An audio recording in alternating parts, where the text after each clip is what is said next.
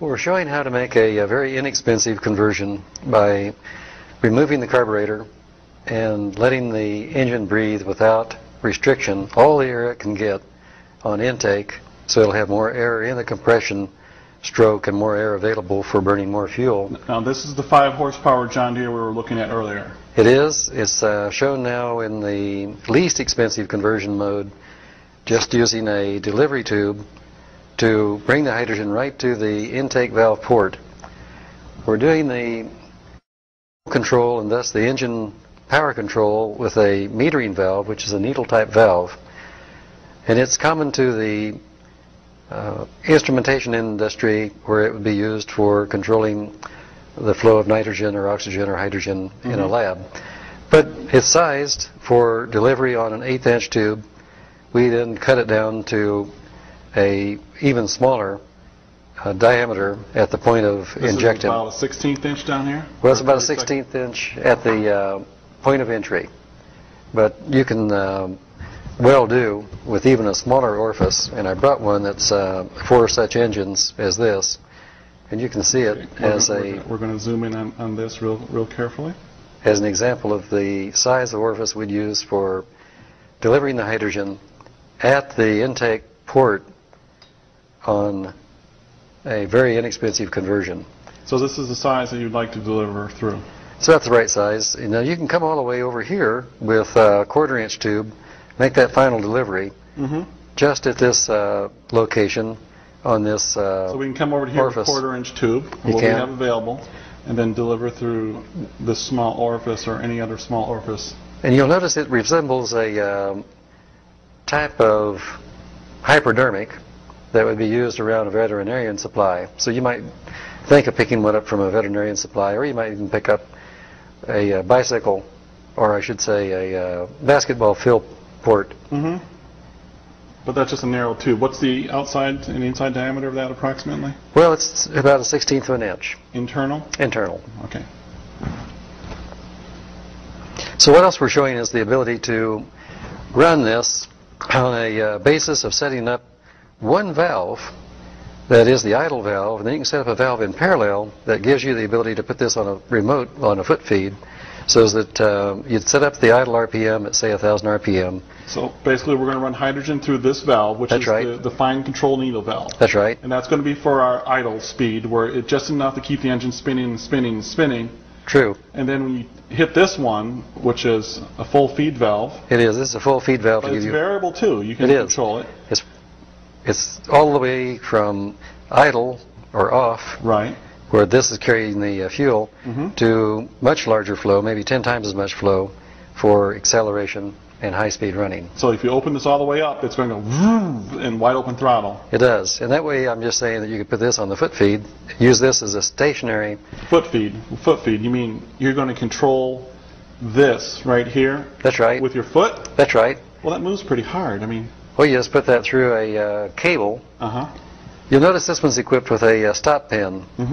You can probably focus right down on that stop pin. Yeah, hang on, hold it up. Here we go. When the pin's in place, you can't take it to full open. You take it to almost full open, but it always comes back.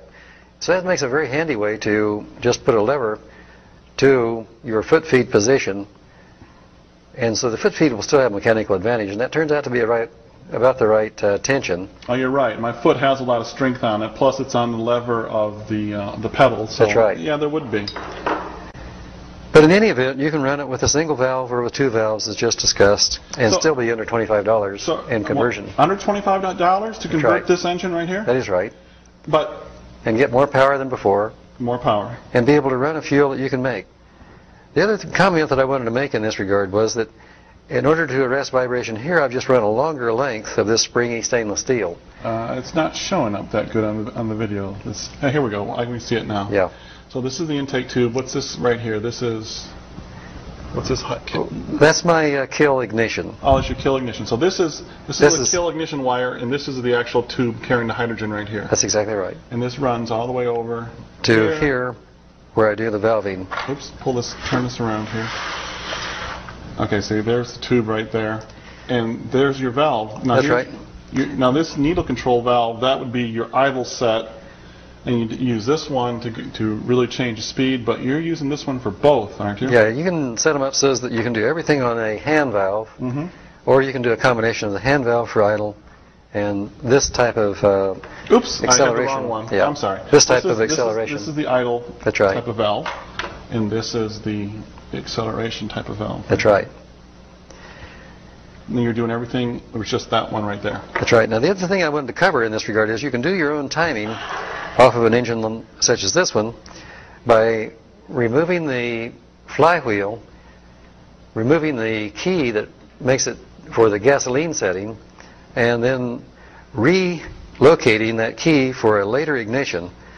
And you can then either use a half key for the offset, or some fraction thereof, or you can mill a new slot for your new setting for hydrogen. Okay. And that's internally in the engine, though? That's internally in the engine, but it's a quick conversion. The other alternative is to change the magneto timing electronically. You can do a delayed off for the flow of current to the coil, and run this as a Kettering type of ignition with an external coil. So either way, you're going to have to really change your timing on the engine if you want to take full advantage of the hydrogen. You'll time to a later point of ignition. Pretty close to top dead center. Pretty close to top dead center is correct. And you'll, by doing so, save a lot of heat that would have been lost to the combustion chamber surfaces. Who makes the ignition delay type of thing you were talking about? And instead of changing the timing in the cam that fires the spark plug, we're talking about delaying the signal from here to the spark plug with electronics. Well, there are a number of companies that make ignition control systems, but ordinarily they make them for advancing ignition. We use it for delaying ignition. One such source is Autotronics. Autotronics, A-U-T-O-T-R-O-N-I-C-S? That's correct. They're on the web? They are. And there are others. But you can make one out of a Radio Shack source 555 integrated circuit. Wouldn't performance automobile shops carry some of those parts as well? Oh, a lot of them carry a variety of different brand name ignition control systems. These are usually, again, for engines that are burning slow, burning fuels such as gasoline or methanol. Also, before you run your car on methanol, like if you're a top fuel dragster or a weekend dragger, you'd have to change your timing. You'd have to advance timing. Okay. But here we're making it so as we get a much higher thermal efficiency and a much greater use of the fuel, producing more power than before by making a later ignition, because we have a much faster burning fuel. Well, those are the points that I wanted to go over, Steve, and show that you can have a very inexpensive conversion. Okay, we'll move to the next subject. Good. Okay, now one part I want to reinforce for the viewer. Again, how exactly does the conversion of the single cylinder apply to how they're going to convert their vehicle, where it's a 3-cylinder Geo, a 1987 Dodge truck, or an old Cadillac with a carburetor, or a new vehicle? How are they going to use this to start their conversion on their vehicle? Well, every one of the vehicles that you mentioned have a number of one-cylinder engines all put together as a V8 or put together as a 3-cylinder inline Geo, as you mentioned, or a V6 or an inline 4, whatever it may be. But here are the essential components.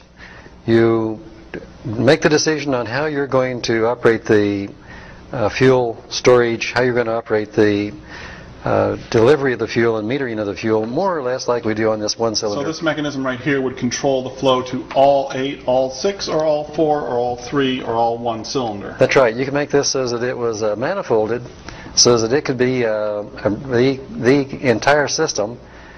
And it can be manifolded for a hand valve, or it can be manifolded for a combination, as we mentioned, of a foot-feed operated flow valve that gives them the ability of this system to do everything that is in your automobile today off of a single control for high-speed operation and a single control for idle. Now, isn't it exactly this valve right here that is in your Geo outside that we were driving around in? It is. It's that valve that you were driving with all those fuels on, and it's basically this manifold right here that you were driving around on. It is. On that geo that we were having fun in. Yes, it is. That's simple. Yes, it is. But the timing has to be advanced. The timing has to be not advanced, it has to be slowed to near top dead center. Okay. So advancing the timing is going away from top dead center, and slowing the timing is going toward top dead center then. During the compression stroke, if you slow the timing, you're moving towards top dead center. If you advance the timing, you're moving towards bottom dead center. Okay.